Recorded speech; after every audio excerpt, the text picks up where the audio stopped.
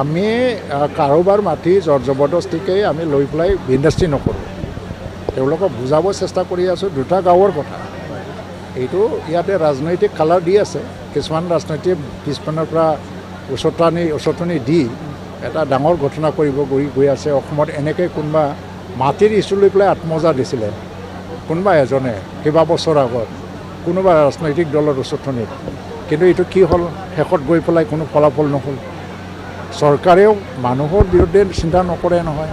তো ইণ্ডাষ্ট্ৰিটো কি, আদানীয়ে 30,000 কোটি টকাৰ বিনিয়োগ কৰিব ইয়াত, আৰু ইণ্ডাষ্ট্ৰি অবিহনে না সংস্থাপন হয় না বিনিয়োগ অবিহনে কোনো উন্নতিও নহয়।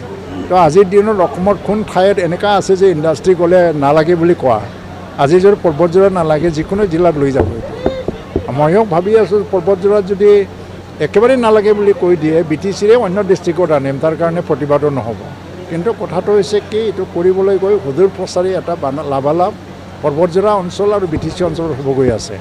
ইয়াত ডাইৰেক্ট ইনডাইৰেক্ট 10,000 মান মানুহৰ সংস্থাপনৰ প্ৰশ্ন হৈ আছে। ডাইৰেক্ট চাকৰি হয়তো বা 2,000 3,000 মানুহে পাই যাব, আৰু তাৰ লগত তাৰ ওপৰত এটা বিজনেছ চলিব। মাটিটো আমি নিদিওঁ আদানীক। APDCLে প্ৰথম BTCৰ পৰা ল'ব, আৰু APDCLে এইটো লিজত আদানীক মানে তাত বিনিয়োগ কৰিবলৈ দিব। 35 বছৰৰ লিজ, তাৰপিছত গুচি যাব।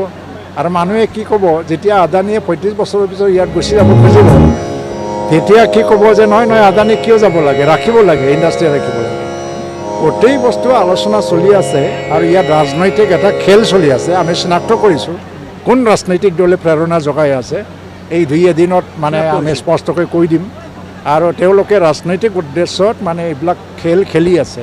আৰু কিছুমানৰ উদ্দেশ্য কি, প্ৰমোদ বড়োৰ দিনত হ'ব নালাগে, কিন্তু তেওঁলোকৰ দিনত হ'ব লাগে, সেইটোৱেইটো উদ্দেশ্য। মই নাম নল'ম, কিন্তু 2 দিনমান পিছত নাম লৈ ল'ম খোলাখুলিকৈ। মই কাৰো নাম লোৱা নাই।